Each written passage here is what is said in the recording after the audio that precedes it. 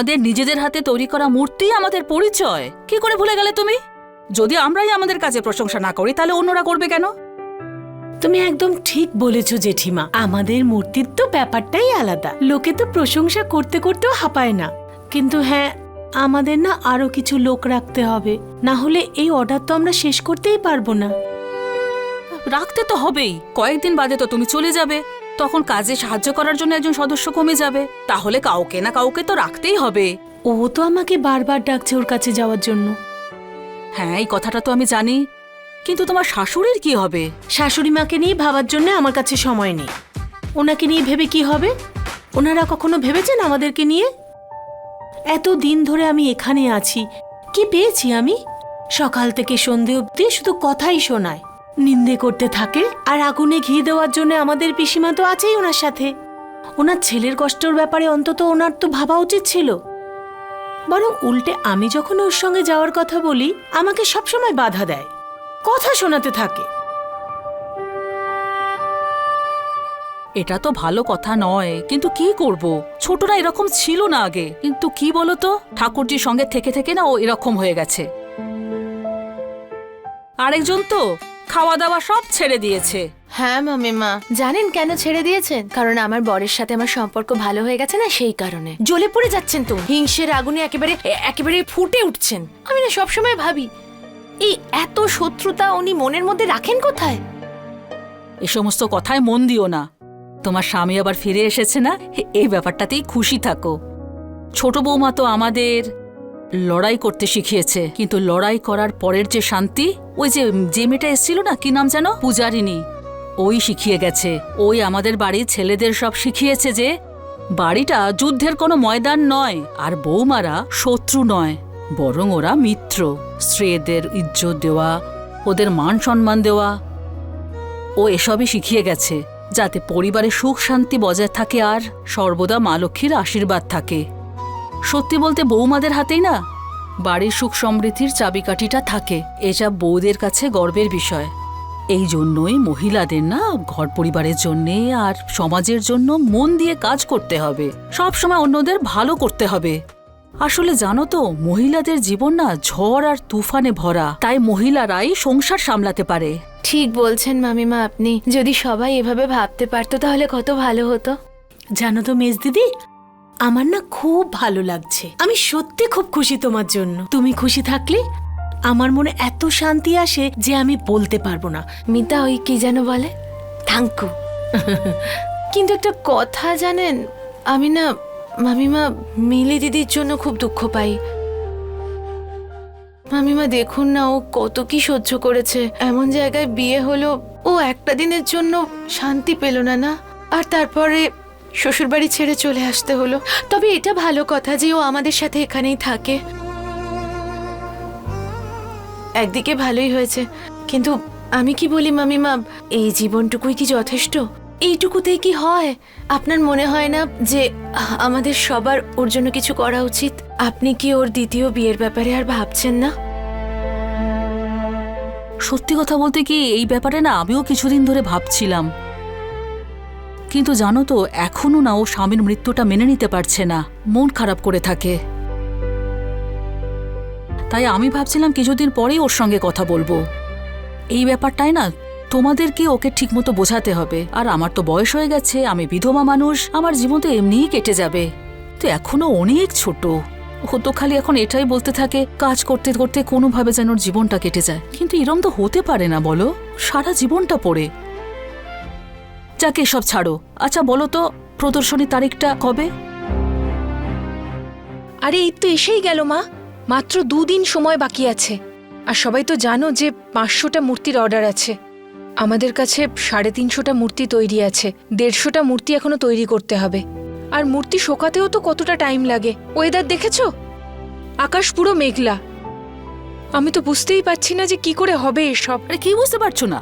হ্যাঁ, তোমাদের তো আরেকটা কায়দা শিখিয়েছিলাম মূর্তি শোকানোর জন্য, ওটা তাড়াতাড়ি শিখে শুরু করে দাও।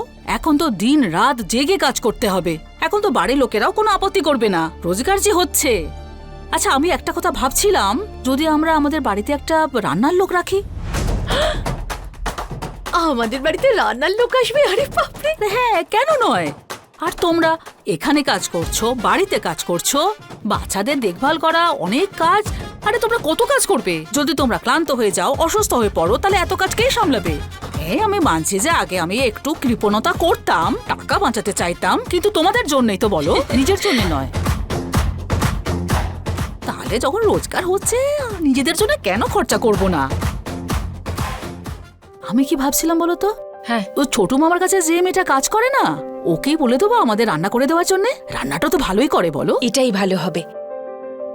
আচ্ছা মা, আপনি জানেন সতু মামা ভীষণ খুশি।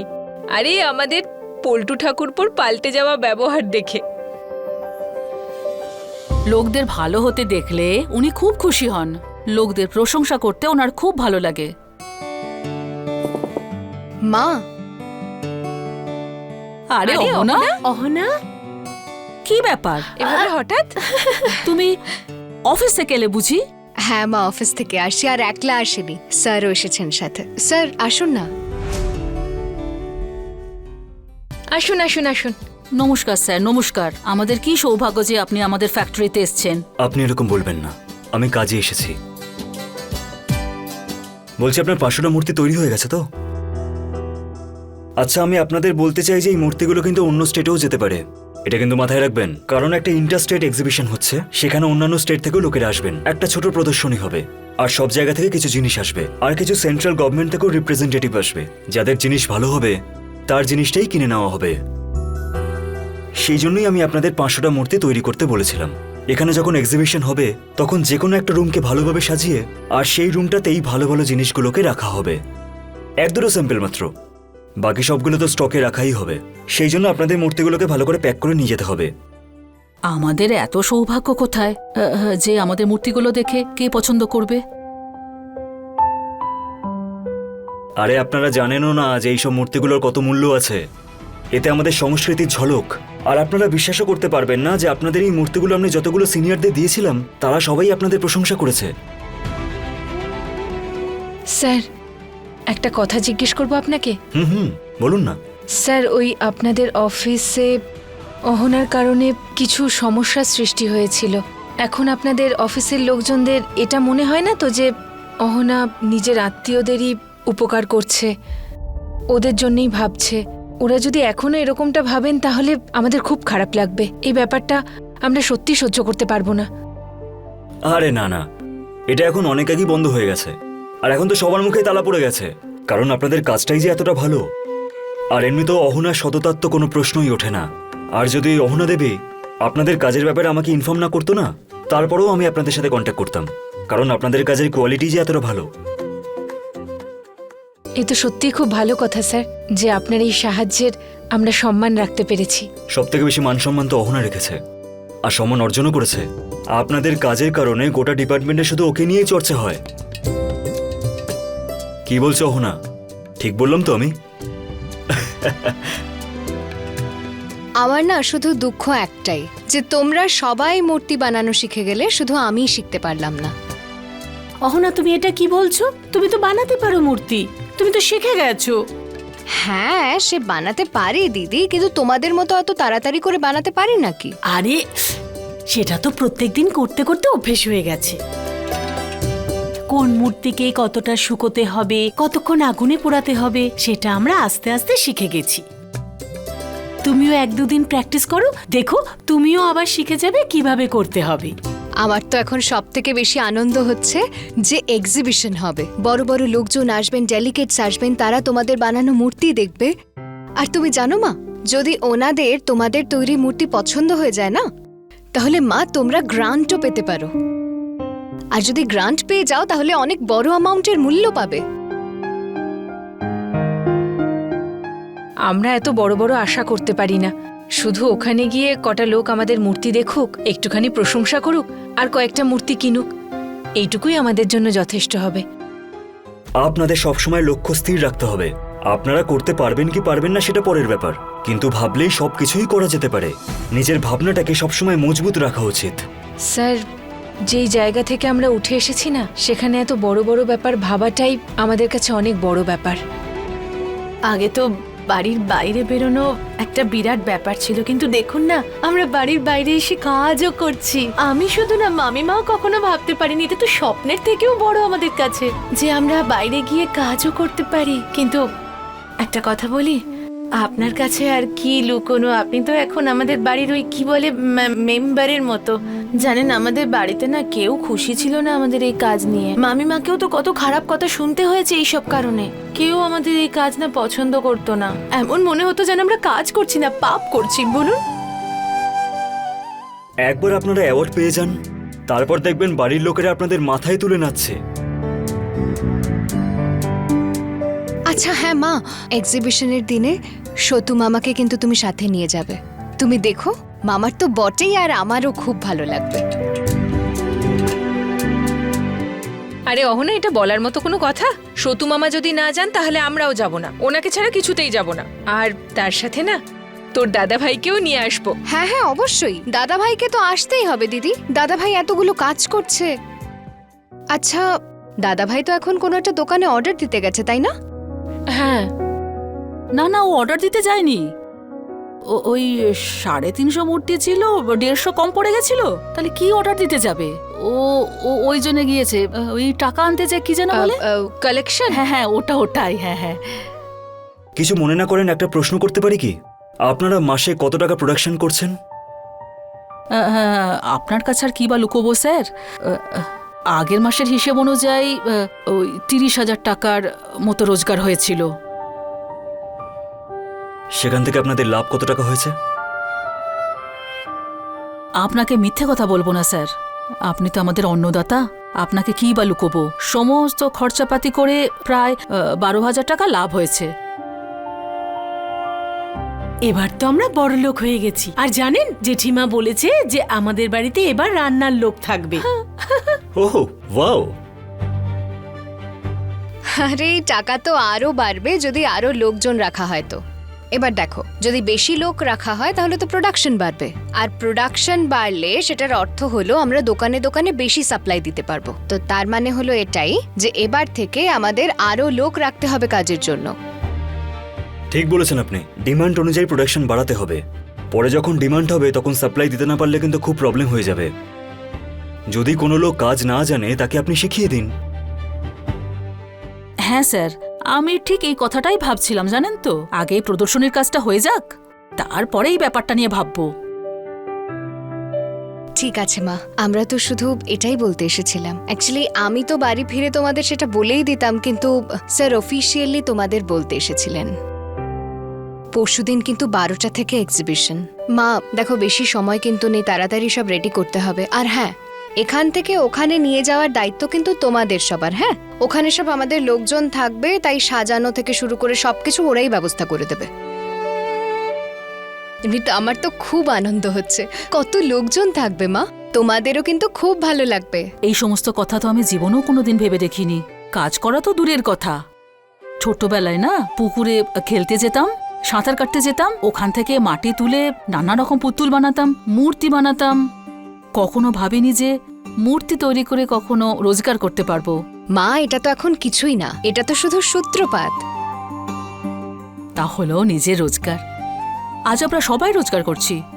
এই জন্যই বলছিলাম না এদের সবাইকে, কাজ করতে করতে তোমরা ক্লান্ত হয়ে যাচ্ছ, তাই একটা রান্নার লোক রাখা হবে। সত্যি বলতে কি আমি খুব খুশি, এতে ভালোই কাজ হচ্ছে, বেশ ভালো। আচ্ছা মা, অফিসে কাজ আছে, এবার আসি। ঠিক আছে, পরশু দেখা হচ্ছে। আপনি এখানে এলেন, আমার খুব ভালো লাগছে। আপনি কখনো বাড়িতে আসবেন, খুব ভালো রান্না করে খাওয়াবো। নিশ্চয়ই আসবো, আসছি এখন। মা আমিও আসছি। আরে শোন না, তাড়াতাড়ি ফিরবি তো? দিদি আজ তো তাড়াতাড়ি হয়ে উঠবে না, আসলে পরশুদিন এক্সিবিশন, তাই আজকে একটু কাজের প্রেশার আছে। কিন্তু তাও অহনা, তাড়াতাড়ি আসার চেষ্টা করো। ওই কি বলো তো, সন্ধেবেলায় আমরা সবাই একসাথে বসে যদি কথা না বলি তাহলে দিনটা সম্পূর্ণই হয় না। ঠিক আছে দিদি, তাড়াতাড়ি আমি ফেরার চেষ্টা করব, পাক্কা। এখন আসি, ঠিক আছে? Bye bye bye bye.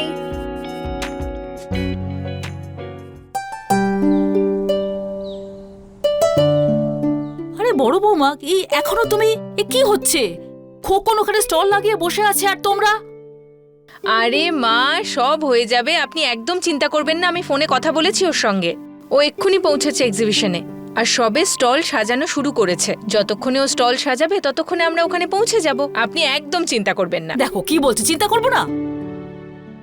আরে কত ঝামেলা করে ওখান থেকে এখানে এসে পৌঁছেছি আমরা, আর বলছো চিন্তা করবো না? তুমি বুঝে জানো না কত ঝামেলা আমরা পুইয়েছি এর জন্য? ঠিকই বলছেন আপনি মা, ঝামেলা তো আমরা অনেক দেখেছি, কিন্তু যদি এই ঝামেলার মুহূর্তগুলোতে নিজেদের মানুষেরা পাশে থাকে না, তখন সব পথ খুলে যায়, যেমন আমি খুঁজে পেয়েছি। হ্যাঁ মা, অহনা যদি আমাকে লড়াইয়ের শক্তি না দিত আর আমাকে না শেখাতো যে নিজের মান সম্মান কি হয়, তো আমি কখনো বুঝতে পারতাম না। মামিমা, আপনি আপনি এই সমস্যার সময় আমার অনেক পাশে থেকেছেন। যদি আপনি আমাকে সাহায্য না করতেন তো আমি আর আমার মেয়ে তো ঘুরে বেড়াতাম রাস্তায়।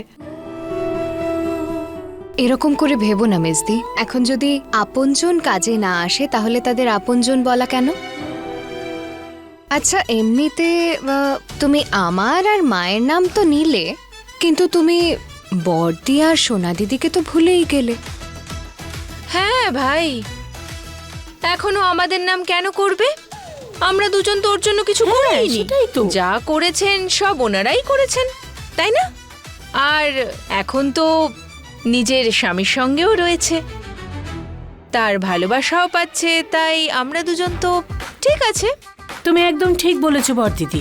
আরে আরে আরে আরে, কি ঠিক কি ঠিক? হ্যাঁ, কোনোটাই ঠিক নয়, সবটাই ভুল। তোমরা তো এমনিতেও দুজনে আমার বোন, তাই না? আরে রক্তের সম্পর্ক নয় তো কি হয়েছে? তাছাড়া অহনাই তো আমাদের শিখিয়েছে যে রক্তের সম্পর্ক হওয়াটাই শুধু জরুরি নয়, সম্পর্ক তো এভাবেই তৈরি হয়ে তোমরা এবার থেকে আমার বোন, ঠিক আছে? আচ্ছা, তুই আগে থেকেই আমাদের বোন।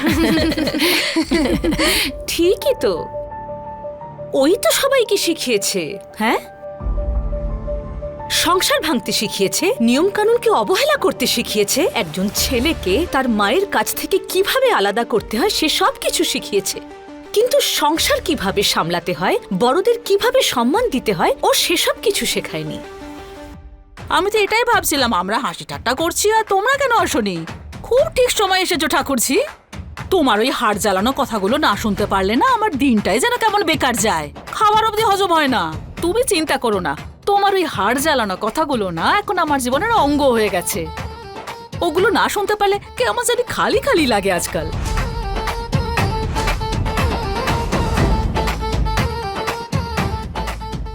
এমন একদিন অবশ্যই আসবে যেদিন তোমার বৌমার রোজগারের জন্য খুব গর্ববোধ হবে। এ ব্যাপারে গ্যারান্টি আমি দিচ্ছি যে আমি আমার বৌমাকে বাড়ির বাইরে কোনো মতেই বেরোতে দেব না।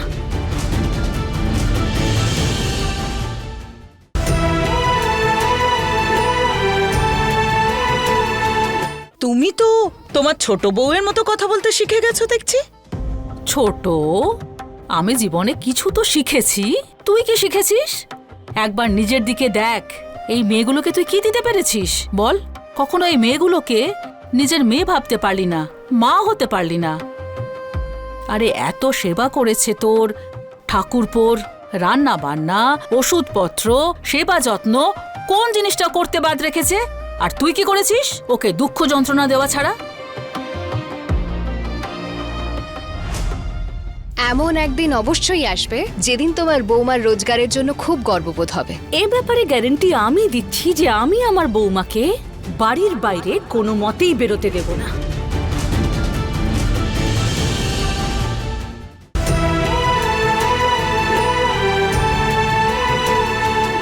আর তুই বলতিস না এরা পরের বাড়ির মেয়ে। ঠাকুরপো বলে যে এদের সঙ্গে তো আমাদের রক্তের কোনো সম্পর্কই নেই। যদি রক্তের সম্পর্ক না থাকতো, এরা পর হতো, তাহলে এত দেখাশোনা করতো? এত ভাবতো তোদের কথা? ভুলে গেছিস? তুই, আমি, ঠাকুরজি, আমরা আমাদের শ্বশুরবাড়িতে যখন এসেছিলাম আমাদের সঙ্গে কিরকমটা ব্যবহার হতো, কত অপমান হতো, কত কিছু সহ্য করতে হতো আমাদের। ঘরের জঞ্জাল মনে করে দড়ি দিয়ে বাঁধা গরুর মতো মনে করা হতো আমাদের। এই সমস্ত দিন তো আমরা কাটিয়েছি, তাহলে এই সমস্ত মেয়েদের ভাবনার কদর আমরা করব না? আমাদেরও কি ওদের সঙ্গে সেরকম ব্যবহার করা উচিত যেটা আমাদের সঙ্গে হয়েছে? বল।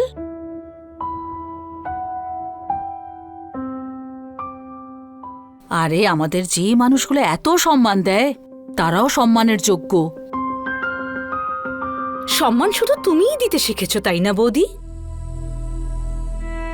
আমরা তো কিছুই শিখিনি। কি ছোট বৌদি, ঠিক বললাম তো? যদি এরা আমাদের ভাবনাকে গুরুত্ব দিত তাহলে এভাবে সকাল সকাল ড্যাং ড্যাং করে বেরিয়ে পড়তো না। আমরা দুজন মেয়ে মানুষ এভাবে বাড়িতে পড়ে থাকবো? বৌদি তুমি জানো তো যে ছোড়দাও এখন বাড়িতে নেই। মিতা আর পারো কি আমাদের কথা ভেবে বাড়িতে থাকতে পারে না? মানে আমাকে কেন থাকতে হবে বাড়িতে? এত পরিশ্রমের পর এই দিনটা এসেছে, ওই নাকি এক্সিবিশন। ওই এক্সিবিশনের জন্য যাচ্ছি আমরা, তো আমার যাওয়াও তো উচিত সেখানে নাকি? দুপুরের খাবার আমি সব বানিয়ে রেখে দিয়েছি, আপনাকে আর ছোট মামিকে না কোনো কষ্ট করতে হবে না। তার মানে আমাদের দুজনকে নিজেদের নিয়ে খেতে হবে? ছাড়াছাড়ি হয়ে গেলে ব্যাপারটা আলাদা ছিল, কিন্তু এখন তো তোর পল্টুর সাথে আবার সম্পর্ক হয়েছে, তাই আমার দিকে লক্ষ্য রাখাটা তোর কর্তব্য। মা, আমি আপনার দিকে লক্ষ্য রাখবো না এটা কখন বললাম? আমি তো কখনো না বলিনি, আর আমি চেষ্টাও করব। আর রইল কথা আমার যাওয়া আর না যাওয়ার, আপনি সব কথার ভুল মানে কেন বের করেন? আপনি তার মধ্যে থেকে ভালোটাও তো খুঁজতে পারেন। কোনো একটা কথা থেকে কখনো ভালো খুঁজুন মা। এখন তুই আমার সাথে তর্ক করবি? মেজদি তোমার সাথে তর্ক করছে না। যদি তুমি একটু ওর কথা বুঝতে পারতে। পিসিমণি, এই সমাজটা না আমাদের মেয়েদের, আমাদের নারীদের খুব দুর্বল মনে করে, আমাদের গণ্ডিতে বেঁধে রাখতে চায়। এই সমাজ না কখনো চায় না যে আমরা নারীরা সমাজের সঙ্গে কাঁধে কাঁধ মিলিয়ে চলি। আমরা না সব কিছু পারি, কিন্তু সেটা দেখাই না। আমরা যেমন সংসারও চালাতে পারি, তেমন বাইরের কাজও গোছাতে পারি। তুমি দেখে নিও পিসিমণি, এমন একদিন অবশ্যই আসবে যেদিন তোমার বৌমার রোজগারের জন্য খুব গর্ববোধ হবে, আর তখন তুমি ওর প্রশংসায় পঞ্চমুখ হবে। এই কথাটার আমি গ্যারান্টি দিচ্ছি। দেখ, তোর যে ব্যাপারে গ্যারান্টি দেবার তুই সারা জীবন সেসব ব্যাপারে গ্যারান্টি দিতে পারিস, কিন্তু এ ব্যাপারে গ্যারান্টি আমি দিচ্ছি যে আমি আমার বৌমাকে কোনো মতেই বাড়ি থেকে বেরোতে দেব না।